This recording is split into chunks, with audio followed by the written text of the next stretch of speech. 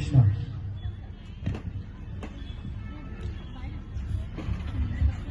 আমি জীৱনবোৰ দেখা উচিত।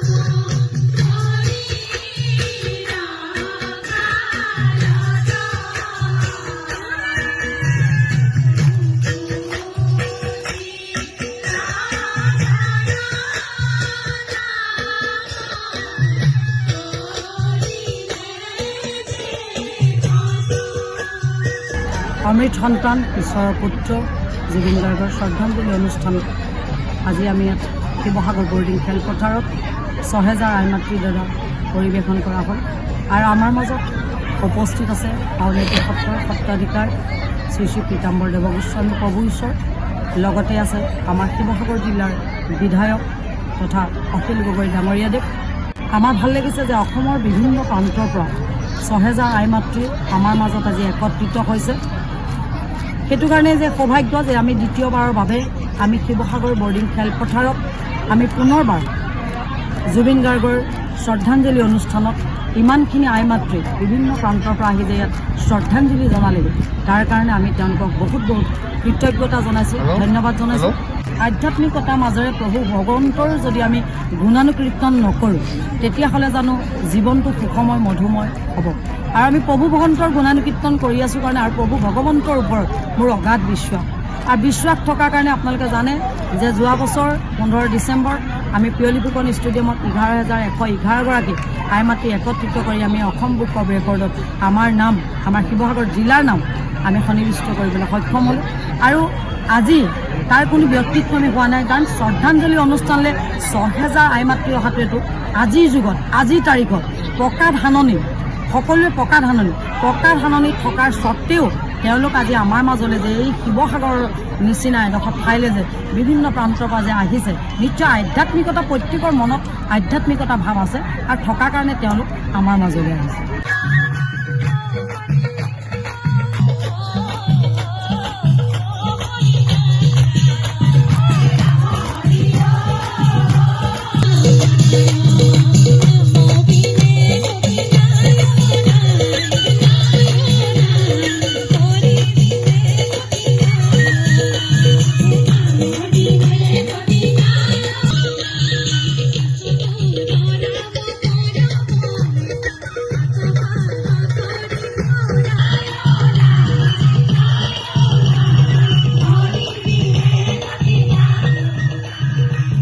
খুব সুন্দৰকৈ আমি শিৱসাগৰ নগৰৰ বৰ্ডিং ফিল্ডত এভাগী দিহানাম আয়োজন কৰিছিলোঁ।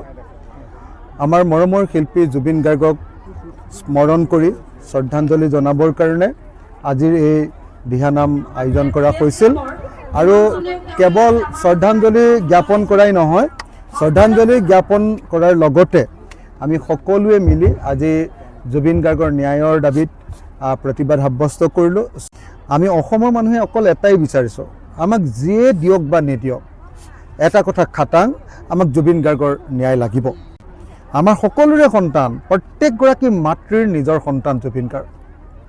অসমৰ কাৰণে গোটেই জীৱন তেওঁ দি থৈ গ'ল। অসমৰ কাৰণে কি কৰা নাই?